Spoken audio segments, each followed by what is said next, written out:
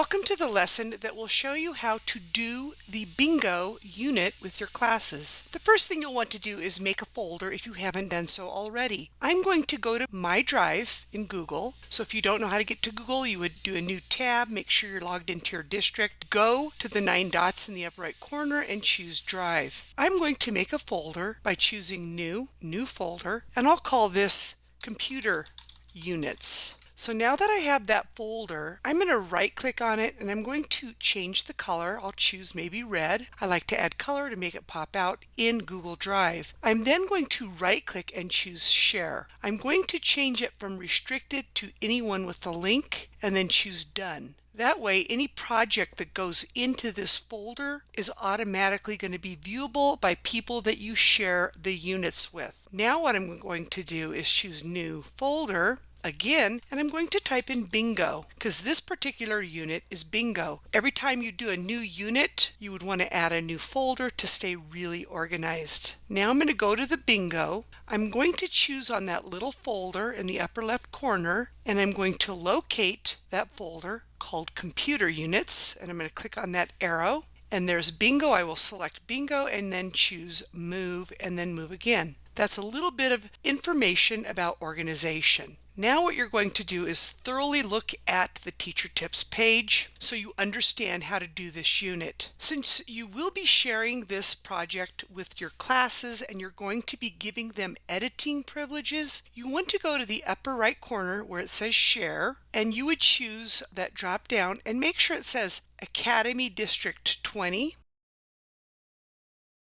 And then you're going to change viewing to editing. Now you don't want to do this with all your projects, but for this particular unit, you will be sharing this slideshow with the class and they will come in and edit their slide and then choose Done. You might want to go ahead and click on the slide number for students and print this out so that each student will get a number so they know what their slide is. It goes all the way up to slide 34. As you can see, this goes to slide 34 with a bingo sheet. Depending on your class size, hopefully that's enough slides. As you can see, each slide has a different bingo sheet with randomized words. So it goes all the way down here to slide number 32. If you have more students than there are slides, you might want to pair students up because you would need to be able to make these bingo sheets and only have enough for so many students. So what you could do is cut up these numbers and hand them to the students as they walk in, or however you want to manage the classroom situation. Once each student has a slide number, you're going to go ahead and choose that link, go to the first slide and choose the hyperlink at the top, right click and copy, and then you're going to share that link with your class. Now I would share it through Schoology, maybe you have a website, but however you do it, you need to share this special link. Once the kids have this link, they'll go ahead and click on it and it will open up for them to access.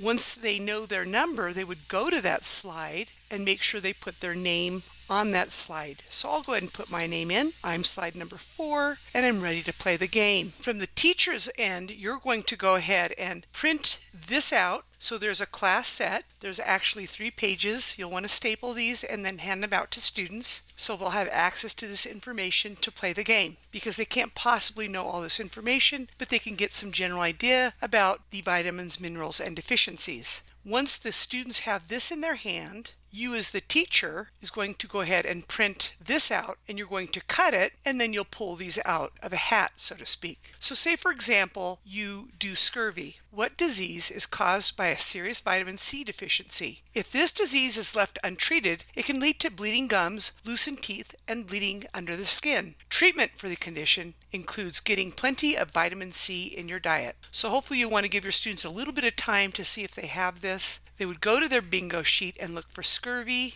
I'm slide 4 and I'm going to look for scurvy, and there it is. I will drag a circle on top of scurvy and wait for the next question. When the student yells out bingo, you would have them read off what they have by moving it, and then they read it off, and the teacher will have to look through what was pulled to determine if the student actually got a bingo. I would tell the others to hold on just in case the student made some mistakes. I did want to point out there might be students going to other people's slides and causing issues, and the students will see that someone's messing with their slide. If it becomes really, really bad to where it affects the game for everybody, you can go ahead and go to File, Version History, and then see version history. And this is also how you would reset the game for future classes. So you only need to use one bingo template with all your classes. So I'm going to go ahead and go to this version, and that's the original, and I would choose restore this version and then restore. Now the class could start over playing the game, or it's now ready for your next class. This concludes the session on how to do the bingo game virtually so you can save on paper and hopefully have a great time doing this. Until next time, you have a wonderful day.